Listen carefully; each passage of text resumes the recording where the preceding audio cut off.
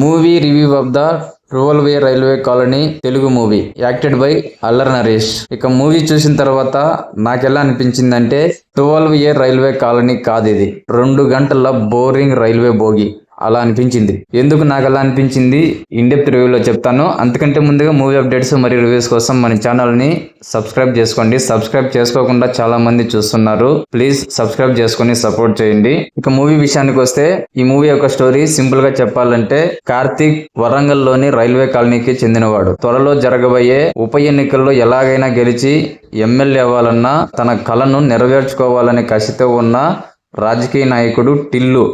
ఈ టిల్లుకి కార్తీక్ అనుచరుడు. ఫ్రెండ్స్ తో కలిసి బాధ్యత లేకుండా తిరుగుతూ ఉండే కార్తీక్ అదే కాలనీలో ఉండే ఆరాధన అనే అమ్మాయిను లవ్ చేస్తాడు. ఆరాధన బ్యాడ్మింటన్ ప్లేయర్, అంటే ఆటే ప్రాణంగా బతికే ఆమెకి విదేశాల్లో టోర్నమెంట్ ఆడాలంటే 3 లక్షలు అవసరం అవుతుంది. ఆ డబ్బు కోసం ఇల్లీగల్ పని చేయడానికి సిద్ధపడిన కార్తీక్ విజయవాడ వెళ్తాడు. అయితే తిరిగి వచ్చేసరికి ఆరాధన కనిపించదు. ఇంటికి తాళం వేసి ఉంటుంది. అసలు ఆరాధనకు ఏమైంది? ఆమె కనిపించకుండా పోవడానికి టిల్లుకి ఏమైనా సంబంధం ఉందా? ఆరాధన వెతుక్కుంటూ ముంబై నుండి వచ్చిన షిండే అనే అతను ఎవరు? పోలీసులకు సవాలుగా మారిన జంట హత్యల కేసు ఏంటి?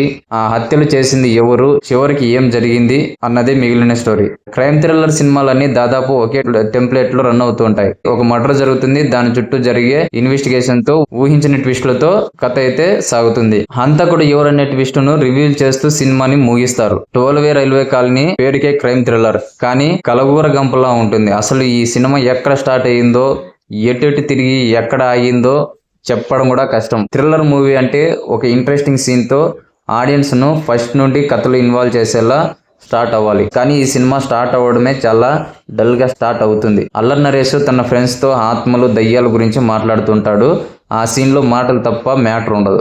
ఆ తర్వాత మంచుకొండలో ట్రెక్కింగ్ చేస్తున్నట్టు కళ. ఇలా ఒక గ్రామర్ అంటూ లేకుండా సీన్స్ వస్తూనే ఉంటాయి. సినిమాలో ప్రతి సీన్ కి ఒక పర్పస్ ఉండాలి. ఆ సీన్ ద్వారా ఏం చెప్పాలనుకుంటున్నాం, ఆ సీన్ వల్ల కథకు ఎంతవరకు ప్లస్ అవుతుంది అనే లెక్కలు ఉంటాయి. ఆ లెక్కలు ఏవి వేసుకోకుండా పొడి మాటలతో స్క్రిప్ట్ ని చుట్టేసినట్టు అనిపించింది. రైటింగ్ కి తగ్గట్టుగానే మేకింగ్ కూడా అలాగే వేడ్చింది. కెమెరా పెట్టేసి ఈ సీన్ లో ఆర్టిస్టులకు ఉన్న డైలాగులన్నీ టకటక చెప్పించేసాం, ఇక అయిపోయింది అన్నట్టుగా సీన్స్ అయితే ఉన్నాయి. అసలు ఆ సీన్ లో ఉన్న ఎమోషన్ ఏంటి, ఆ ఎమోషన్ ని ఆడియన్స్ కి కనెక్ట్ అయ్యేలా చెప్తున్నామా లేదా అనే బేసిక్ గా కూడా ఆలోచించలేదు డైరెక్టర్. ఒక సీన్ లో నరేష్ తన ఫ్రెండ్స్ తో ఎప్పుడూ లేనిది ఎమోషనల్ అయిపోతున్నాను అని అంటాడు. కానీ అతను ఎమోషనల్ అవుతున్నట్టు నాకైతే అస్సలు అనిపించలేదు. ఇది జస్ట్ ఎగ్జాంపుల్ మాత్రమే నేను చెప్తున్నాను. ఇలాంటివి చాలా ఉన్నాయి మూవీలో. ఈ మూవీకి మెయిన్ మైనస్ ఏంటంటే writing, story, screen play, dialogues ఇవేవి కూడా అస్సలు బాలేవు. పొలిమేర డైరెక్టర్, ఈ మూవీకి రైటర్. పొలిమేర సర్ప్రైజ్ హిట్. అప్పట్లో ఆ క్లైమాక్స్ ట్విస్ట్ థ్రిల్ చేసింది ప్రతి ఒక్కరిని.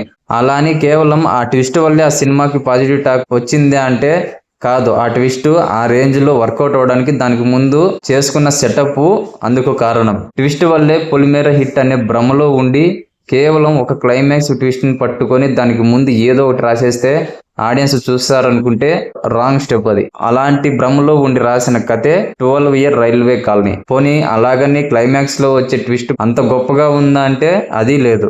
నిజానికి అసలు కథ ఇంటర్వెల్ కి ముందు కానీ ఓపెన్ అవ్వదు. ఆ జంట హత్య కేసులు ముందు వరకు ఏవేవో సీన్స్ తో నింపేశారు. ఇంటర్వెల్ సీన్ తప్ప ఫస్ట్ హాఫ్ అంతా పరమ బోరింగ్ గా ఉంటుంది. సెకండ్ హాఫ్ అంతో ఇంతో బెటర్. అయినప్పటికీ థ్రిల్లర్ సినిమాకి తగ్గట్టుగా స్టోరీలో పెద్దగా కొత్తదనం గానీ మెరుపులు గానీ ఏవీ లేవు. క్లైమాక్స్ ట్విస్ట్ రివీల్ అయ్యాక దీనికోసమా ఇదంతా అనిపించింది. పేరుకు మూవీ రన్ టైమ్ 2 hours అయినప్పటికీ బోర్ కొడుతుంది. పైగా మధ్యలో పాటలు ఒకటి. ఇది థ్రిల్లర్ అనే విషయం మర్చిపోయినట్టున్నాడు పాపం, ఏదేదో చేసేశారు. పైగా ఈ సినిమాకి 13B railway colony sequel announce చేశాడు. నాకైతే ఆశ్చర్యం వేసింది. తెలంగాణ స్లాంగ్ లో మాట్లాడడం తప్ప కార్తీక్ క్యారెక్టర్ లో యాక్టర్ గా అల్లరి నరేష్ కొత్తగా ప్రూవ్ చేసుకోవడానికి ఏమీ కూడా లేదు. కామాక్షి భాస్కర్లా తన క్యారెక్టర్ వరకు న్యాయం చేసింది. ఇక సాయి కుమారు, జీవన్ కుమారు, వైవా, హర్ష, గెటప్, శ్రీను వీళ్ళందరూ కూడా వాళ్ళ క్యారెక్టర్స్ పరిధి వరకు బాగానే యాక్ట్ చేశారు. టెక్నికల్ గా కూడా మూవీ ఫెయిల్ అయింది. అసలు ఈ జానర్ కి పాటలే అవసరం లేదంటే ఆ పాటలు కూడా అస్సలు బాగోలేవు. ఇక డైరెక్టర్ గానే కాదు ఎడిటర్ గాను నాని అయితే ఫెయిల్ అయ్యాడనే చెప్తాను. ఓవరాల్ గా చెప్పాలంటే మాకి ఓపిక ఉండాది, మేము చూడగలుగుతాము అనుకునే వాళ్ళు ఖచ్చితంగా వెళ్ళి చూడండి. మాకు టైం పాస్ కావాలి అనుకునే వాళ్ళు కూడా ఖచ్చితంగా వెళ్ళి చూడండి. ఎలాగున్నా ఒకసారి చూద్దాము అనుకునే వాళ్ళు వెళ్ళి చూడండి. ఇది నేను చూసిన తర్వాత నాకు అనిపించిన నా ఒపీనియన్. మీకు ఎలా అనిపించిందో, మీ పాయింట్ ఆఫ్ వ్యూలో మూవీ మీకు నచ్చిందా లేదా అనేది కామెంట్ సెక్షన్లో తెలియజేయండి. మూవీ అప్డేట్స్ మరియు రివ్యూస్ కోసం మన ఛానల్ని తప్పకుండా సబ్స్క్రైబ్ చేసుకోండి.